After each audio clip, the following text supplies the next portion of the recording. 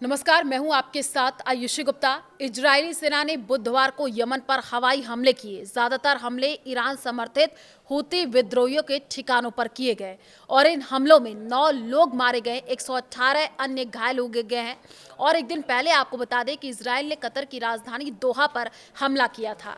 Israel के प्रधानमंत्री Benjamin Netanyahu ने कहा कि यह हमला दक्षिणी इजरायल के एक हवाई अड्डे पर किए गए हूती विद्रोहियों के हमले का जवाब था। उन्होंने कहा, जो भी हम पर हमला करेगा हम उसे नहीं छोड़ेंगे। हमने उनके आतंकी ठिकानों और सुविधाओं को निशाना बनाया।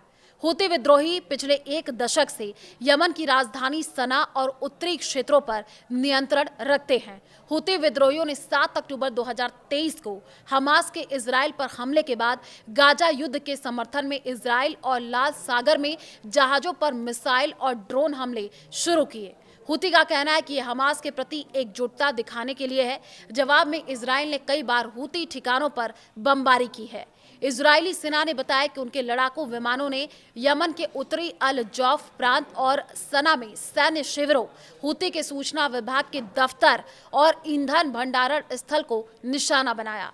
हूती के सर्वोच्च राजनीतिक परिषद के अध्यक्ष महदी अल मशात ने कहा कि वे इजरायल के इन हमलों का जवाब देंगे। उन्होंने इसे क्रूर जायोनी हमला करार दिया है। पिछले महीने आपको बता दें कि इजरायल ने यमन में हूती मंत्रिमंडल की बैठक पर हमला किया था, जिसमें हूती प्रधानमंत्री अहमद अल रहवी और कई अन्य अधिकारी मारे गए थे। हालांकि हूती संगठन का असली नियंत्रण इसके संस्थापक अब्दुल मलिक अल हूती के हाथों में है। इजरायल ने हाल के महीनों में क्षेत्र में अपने दुश्मनों के खिलाफ आक्रामक रुख अपनाया है।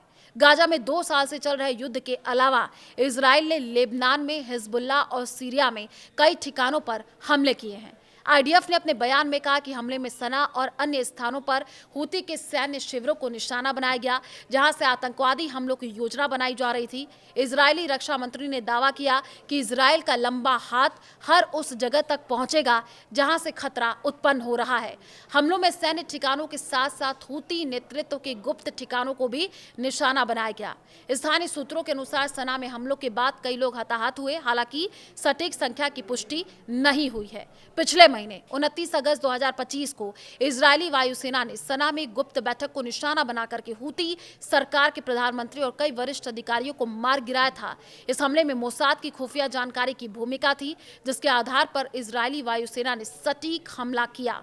हूती विद्रोहियों ने इन हमलों की निंदा की और दावा किया कि उन्होंने इजरायल के प्रमुख ठिकानों जैसे बेन गुरियन हवाई अड्डा, हदेरा पावर स्टेशन और अशदोद बंदरगाह पर ड्रोन हमले किए। हालांकि इन दावों की स्वतंत्र रूप से पुष्टि नहीं हुई है।